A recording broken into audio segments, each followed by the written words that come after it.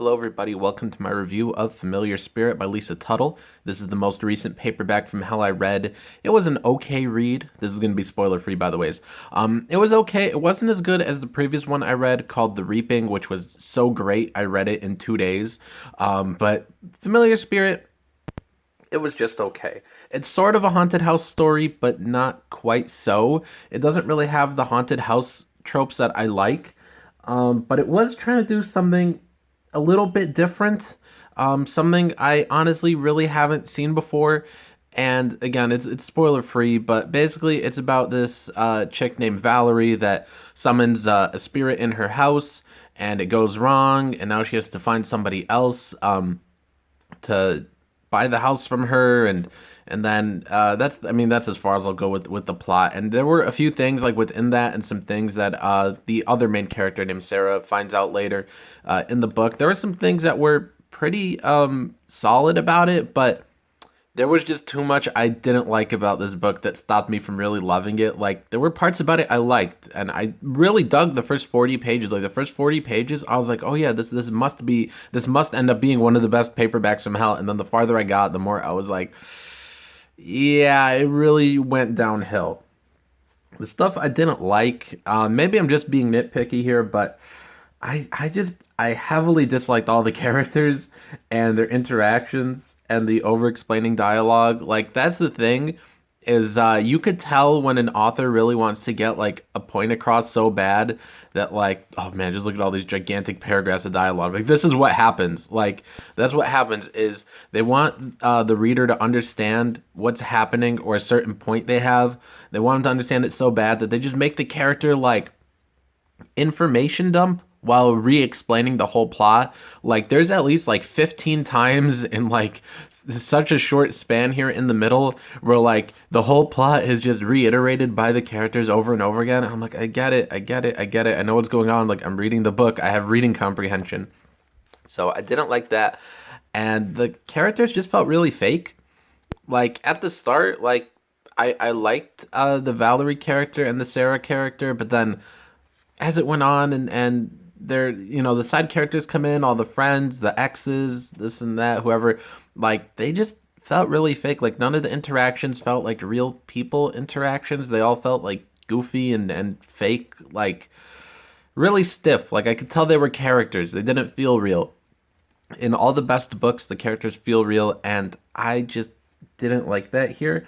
But it was unfortunate because I loved the descriptions, like the stuff going on between the character interactions and between the dialogue. Like, I liked, like, that's why I liked the first 40 pages that like really didn't have a lot of dialogue, like, and it was describing this spirit and some creepiness, and especially after Valerie moves out, Sarah moves in, and the creepy things that Sarah sees right off the bat in the house, like, and experiences, like, that was great. Like, I loved those creepy parts and the way they were described and the way they played out. But then, like, once she explains it to her friends, it goes like boom, like way downhill, because like it just becomes real goofy and like, and I'm not saying like comedic, I just mean goofy as in like, what is this? Like, this isn't how a normal person would talk.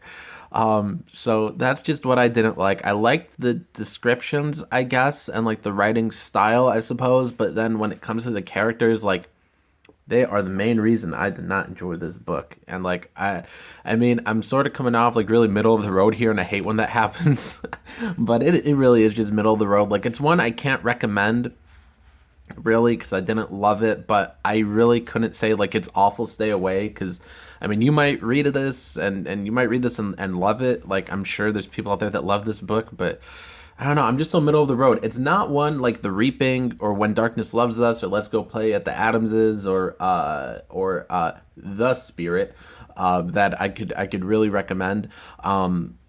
This one is just okay. It was just like one of the okay entries in the paperbacks from hell. But anyways, guys, my next review actually is a book I just finished, Double Indemnity. I just finished this I didn't even have time after finishing Familiar Spirit to do this review.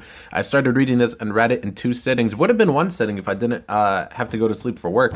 But anyway, so that's going to be next. And then after that is going to be The Troop by Nick Cutter. Haven't started this one yet, but this is the next one that I'm going to be diving into, guys. So be on the lookout for my Double Indemnity review. And also, if you guys are looking for something yourselves to read, I have these 5 books on Amazon and Kindle down below in the description, as well as my new series called 100 Days Till Halloween. There's 4 books. Probably by the time this video is up, there might even be the 5th book up for pre-order on Amazon, but if you guys want to pre-order 100 Days Till Halloween, you could pre-order the first 5 books on Kindle down below in the description. The paperbacks a lot of people have been asking me about are coming when the pre-order period is over. So book 1, The Christmas Morning Massacre, is coming out February 28th. Today's February 21st.